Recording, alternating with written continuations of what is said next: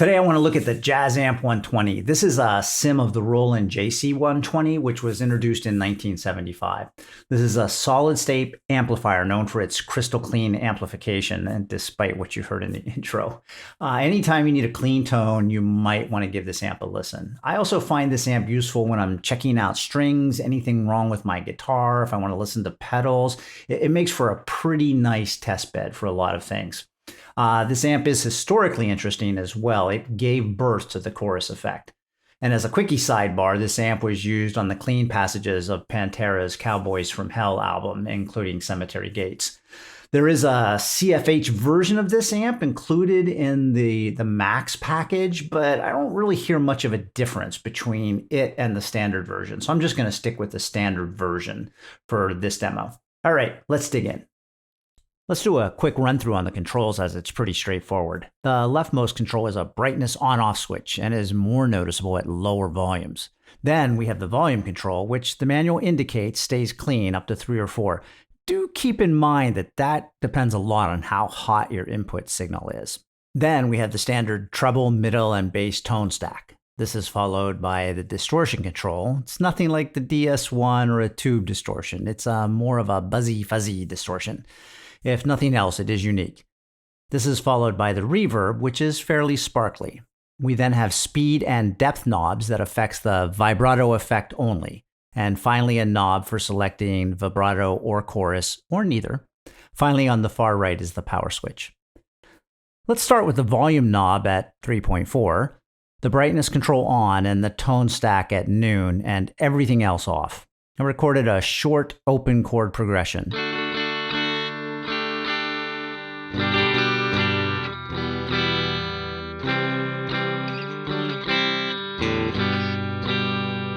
Now I'll dial up the volume all the way.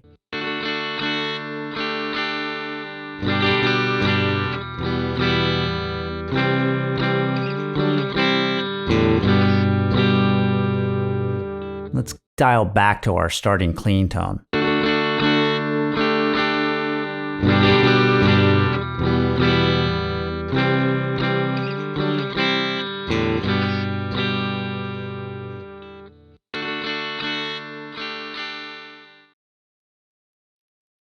We can turn off the bright control. Leaving that off, we can dial the treble all the way up.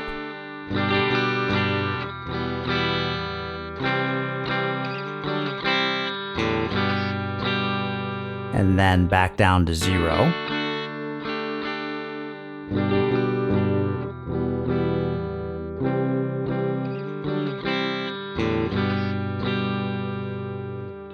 Repeat a similar process on the mids.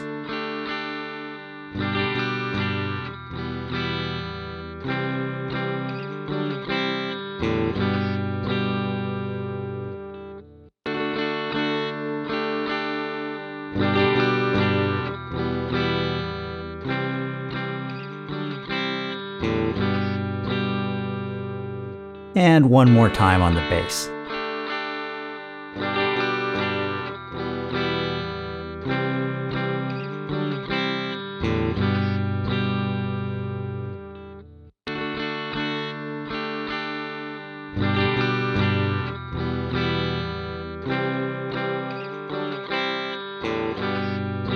Let's skip the distortion for now and give the reverb a twirl.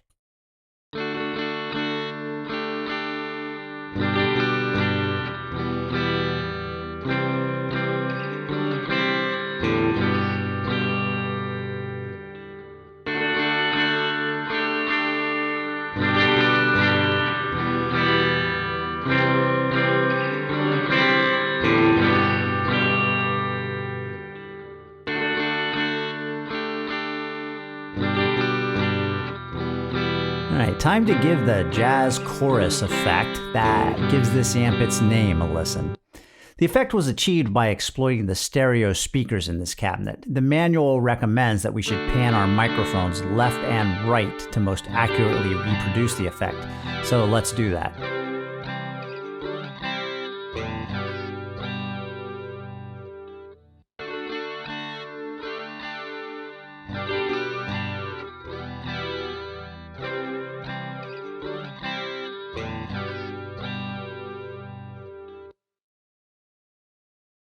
I'm going to command click to get those back to centered. Let me switch over to the vibrato effect and put both controls at noon. Then we can modify them.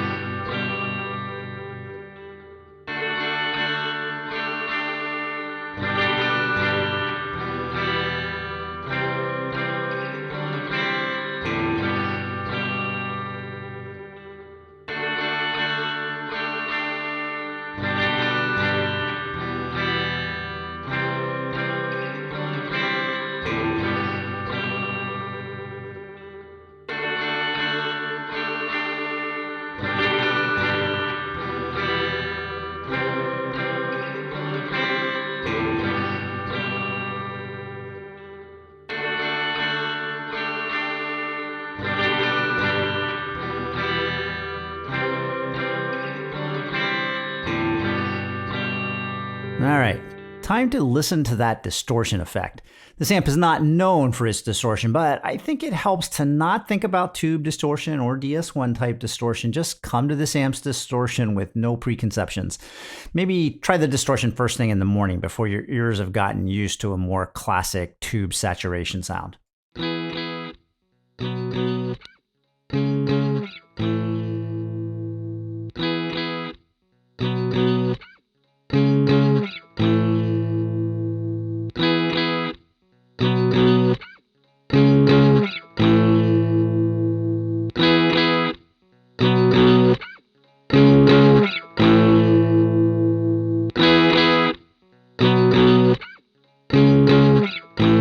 If we want even more, we can adjust the volume.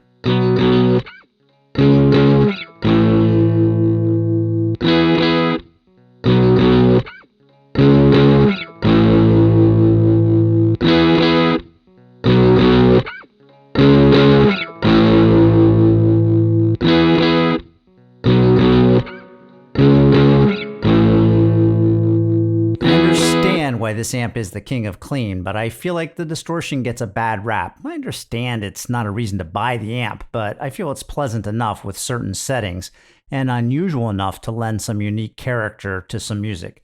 We can mix in some of the other features and make it our own.